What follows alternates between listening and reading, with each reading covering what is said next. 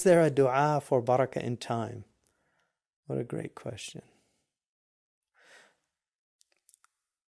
The best way to get barakah in time, I would say there's 3 ways. And by the way, there are things called time warps where time can actually be expanded.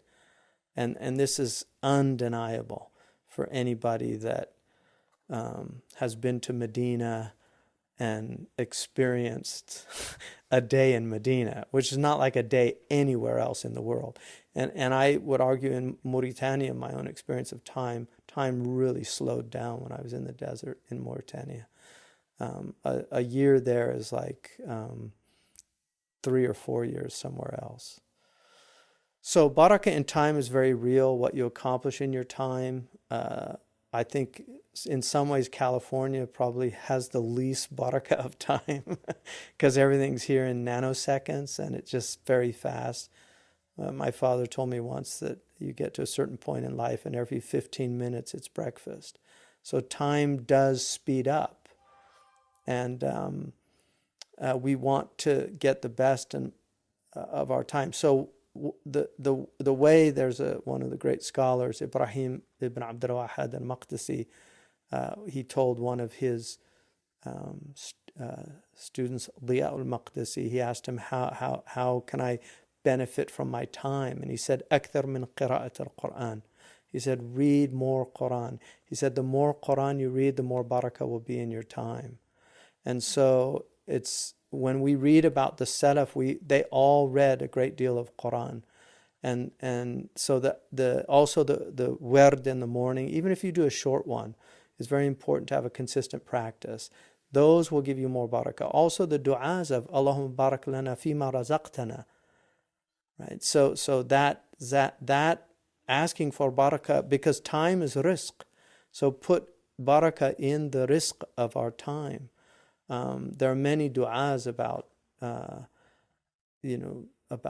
barakah, and so just asking for that time expansion, but qira'at al-Quran, and then praying on time, not missing your prayers, because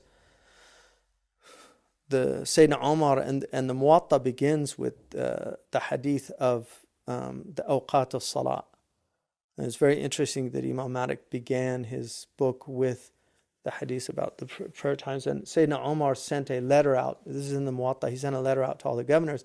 And he said, guard your prayer time, because whoever guards his prayer time, he will be guarding everything else. Even, that if you protect your prayer times, Allah will protect all your other times.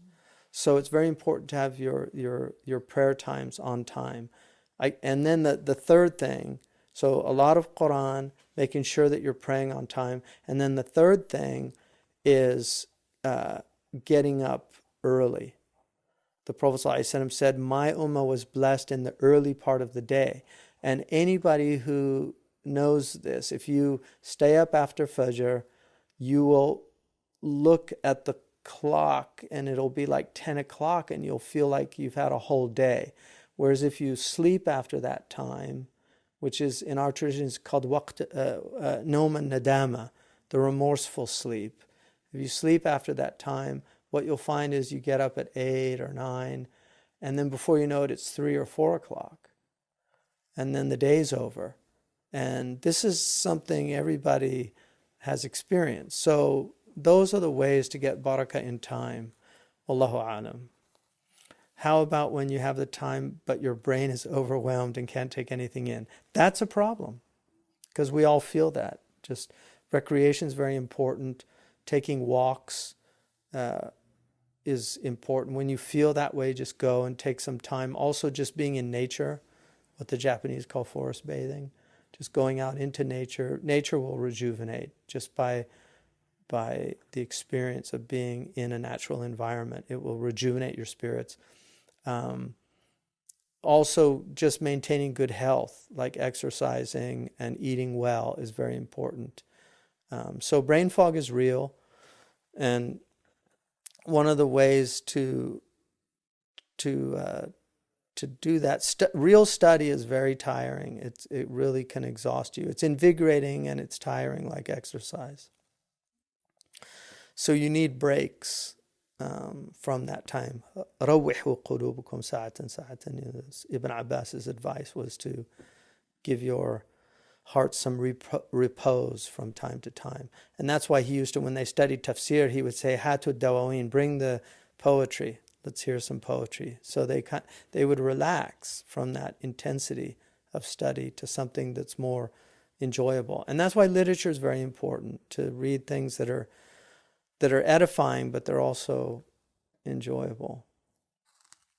And then the dua also, Allahumma inni a'udhuka min al-ajzi wal kasal, is a really important dua, because the ajiz is the one who wants to do something, but they don't have the energy to do it.